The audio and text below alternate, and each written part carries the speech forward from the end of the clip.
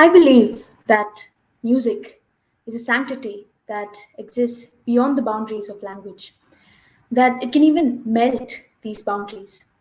And this is what I've been learning through singing since the age of 3, and in nearly 132 languages as of now. It's completely valid to wonder why learn to sing in so many languages when the world has been conveniently condensed into a manageable network through modern means of communication. Well, it is because I believe, though life on Earth has evolved and changed in leaps and bounds, language and words remain to be that one thread tying us to our versatile traditions, belief systems, and cultures. And yet, somehow, language can also be highly restrictive and limitational, holding back minds and conforming it into tight compartments.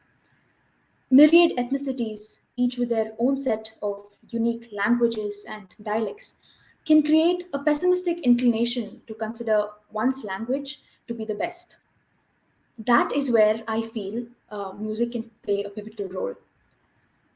My journey of multilingual singing had a strange and unique beginning, and today I would like to narrate it as it has brought a big change in my life.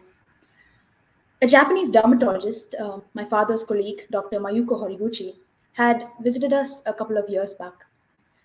I was fascinated to hear about the Japanese culture, the language, and how they were still keeping their traditions alive.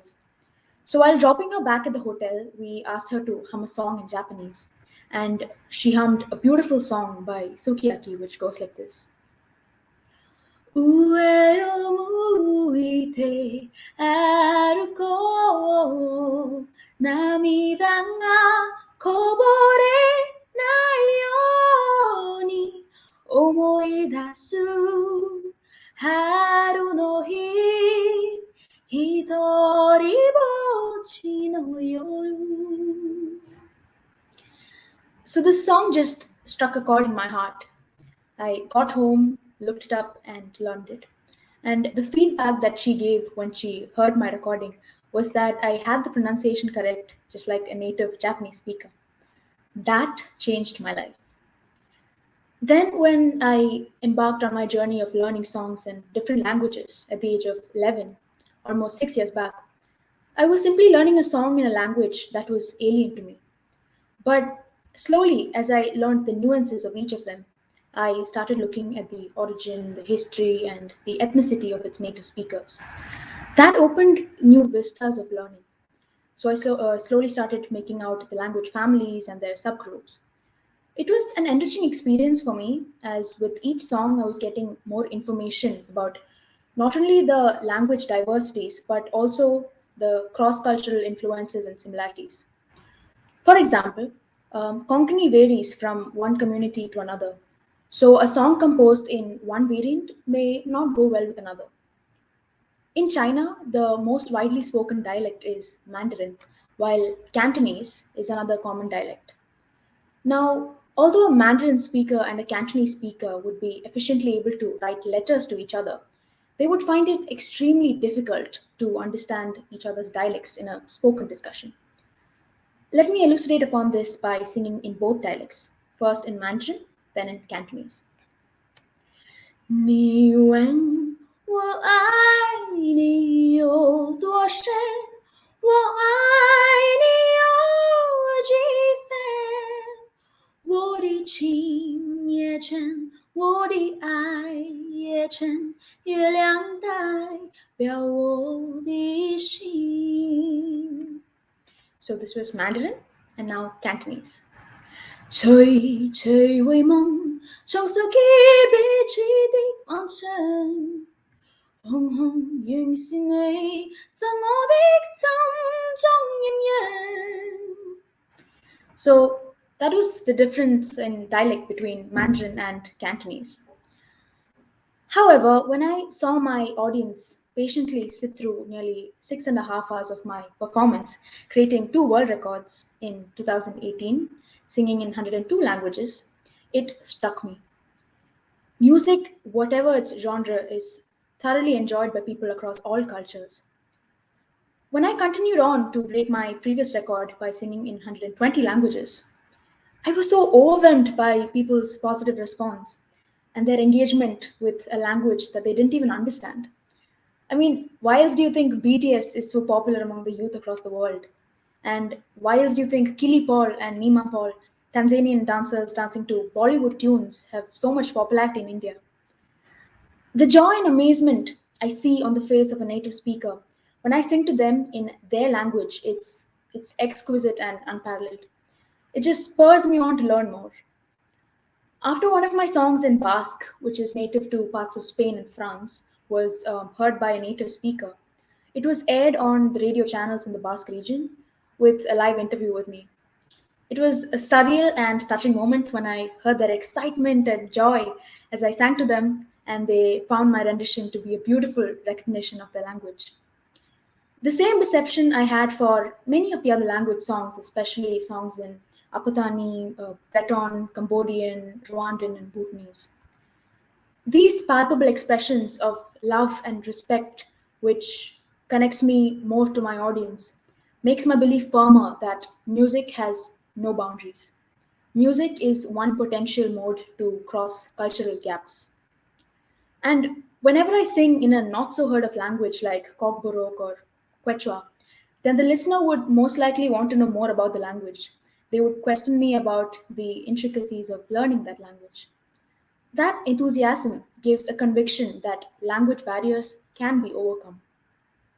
This is a pertinent issue of modernity.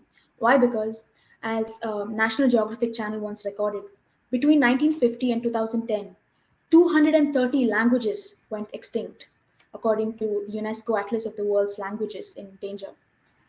Today, a third of the world's languages have fewer than 1,000 speakers left.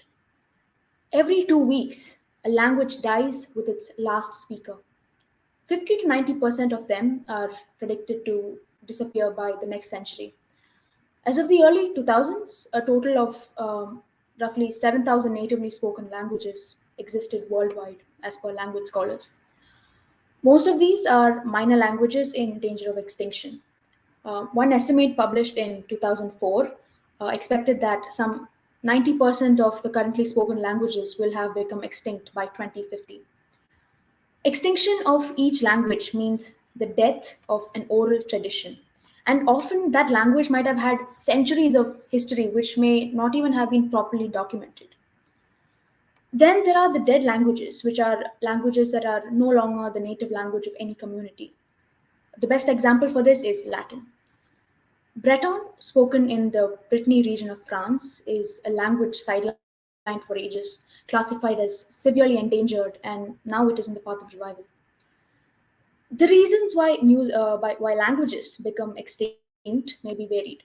But as a young 16-year-old student of music, I feel through music we can create an awareness about the beauty of every language and attract people to study more about other languages apart from one's mother tongue and, of course, the world language that is English.